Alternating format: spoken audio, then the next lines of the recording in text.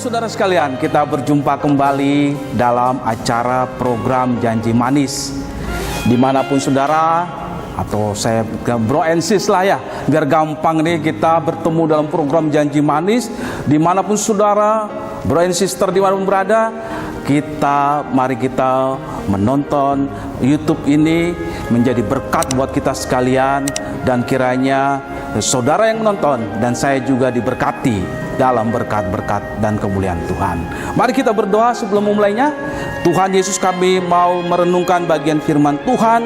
Kiranya Tuhan memberkati kami, baik hamba-Mu yang menyampaikan maupun para pemirsa yang menontonnya, supaya semua diberkati dan nama Tuhan dimuliakan. Dalam nama Tuhan Yesus kami berdoa, amin.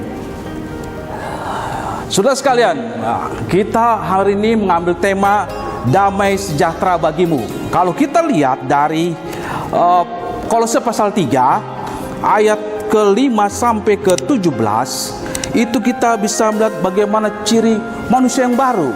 Seperti itu ya, manusia yang baru. Lalu saya hanya ambil satu ayat sajalah. Yang pertama yaitu saya ambil ayat yang ke-15 ya. Mari bro and sister ya, mari kita lihat Kolose pasal 3 ayat 15. Saya bacakan ya. Kolose 3 ayat 15. Hendaklah damai sejahtera Kristus memerintah dalam hatimu, karena untuk itulah kamu dipanggil menjadi satu tubuh, dan bersyukurlah. Damai sejahtera memerintah, kata hendaklah. Damai sejahtera memerintah. Memang kalau kita lihat dalam teks aslinya, dia mempunyai bentuk imperatif. Hendaklah memerintah itu berarti imperatif itu katakan perintah yang harus dilaksanakan. Ya, bentuk perintah yang tidak boleh tidak dilakukan. Ya, di sini dikatakan hendaklah, brobeo bahasa aslinya. Damai itu harus memerintah, wajib memerintah dalam hatimu. Seperti itu. Kata damai sejahtera Irene dalam teks bahasa Yunani itu shalom, dalam bahasa Yunaninya Irene, atau orang sering panggil kali Iren. Nah, itu mempunyai pengertian damai dalam diri sendiri, damai dengan Allah, lalu kita membawa damai bagi semua orang. Seperti itu. Ya, saudara sekalian, apakah arti damai buat diri sendiri atau juga buat diri untuk orang lain maupun kepada sesama? Itu yang mau kita renungkan pada hari ini. Ya, damai sejahtera yang memerintah dalam hatimu. Ya, kardia dalam teks ini, damai sejahtera yang memerintah di dalam hatimu, bukan hanya di luar, tapi di dalam hati. Seluruh hati kita dikuasai oleh damai. Makanya ayat sebelumnya dikatakan hidup sebagai manusia baru, di mana kita harus saling mengampuni, harus sabar terhadap orang lain, dan seterusnya. Seperti itu. Saudara sekalian, seringkali kita rajin ibadah, rajin berdoa, rajin atau aktif dalam pelayanan, tapi kita tidak mempunyai damai. Hatinya tidak berdamai. Ya, hati yang menyimpan kesalahan orang lain, mendendam. Makanya dikatakan ini, ampunilah seorang akan yang lain, ayat ke-13. Apabila yang seorang menaruh dendam terhadap yang lain, waduh, berat ini, nggak gampang seperti itu.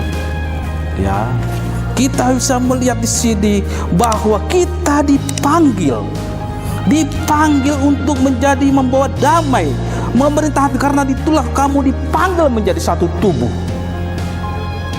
Kita bisa melihat memang pasti kita punya persoalan dengan siapapun yang pernah hidup di muka bumi, pasti punya persoalan. Pernah mungkin konflik, pernah mungkin ribut atau berkelahi, tapi itu tidak boleh menjadi dendam. Justru damai itu memerintah dalam hatimu. Ya. Lalu bagaimana arti damai itu? Kita lihat di sini. Damai bagi diri sendiri. Berdamai itu dilakukan untuk manusia. Dari Tuhan, Yesus hadir ke dunia. Yesus mati, disalibkan, berkorban bagi kita, menebus kita, supaya kita berdamai oleh Allah di dalam Kristus. Kita berdamai, seperti itu. Ya, bahkan dikatakan oleh Kristus sebagai imam besar. Wah, ini dia nih.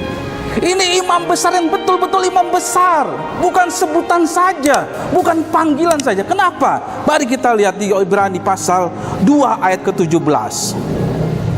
Mari sama-sama kita baca ya. Ibrani 2 ayat 17 dikatakan kenapa dia sebagai imam besar.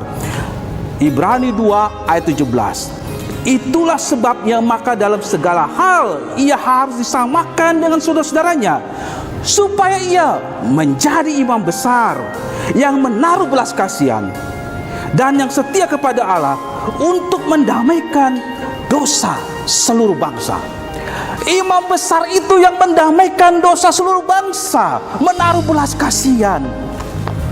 Bukan imam besar yang memprovokasi, imam besar yang menaruh kebencian kepada orang lain, potong leher, maki-maki orang, menista agama lain, ya, mencaci maki pemimpin. Waduh, ampun Bang Jago, tarik sis, semongko, wah gitu, saking bencinya, provokatif semuanya. Tapi Yesus sebagai imam besar membawa damai bagi seluruh bangsa. Ini real imam besar, sungguh-sungguh imam besar, bukan seperti yang lain. Imam besar itu dia membawa damai untuk kita semua, seperti itu ya. Jadi nggak sembarangan imam besar itu. Imam besar, oleh kematian Kristus kita damaikan, oleh darah Kristus kita dimatikan, ya, didamaikan. Ketika kita menjadi musuh, seteru Allah, kita didamaikan oleh imam besar itu, Yesus Kristus. Jawabannya, itulah perdamaian bagi kita di dalam Kristus, seperti itu. Lalu bagaimana yang kedua? Bagi keluarga, damai itu juga memberi damai bagi keluarga, seperti itu. Setelah kita berdamai dengan Allah, tentulah kita membawa damai bagi keluarga. Ya, suami istri tidak boleh mendendam, pasti ada persoalan, tapi harus damai yang memerintah dalam keluarga. Ada orang yang setelah bercerai dia mendendam, bahkan masuk infotainment, mencaci maki, lalu memasukkan ke polisi, laporan pidana. Waduh, gimana suami istri? Padahal waktu nikah, sampai nyebur ke laut, sampai luar biasa, malam-malam bawa kue ulang tahun. Tapi begitu dia berpisah, kebencian ditampilkan. Bahkan ibu dengan anak saling lapor, masuk infotainment. Wah, gimana ini? Itu tidak boleh terjadi kepada keluarga kita, keluarga orang Kristen. Semua harus diselesaikan dengan damai yang memerintah.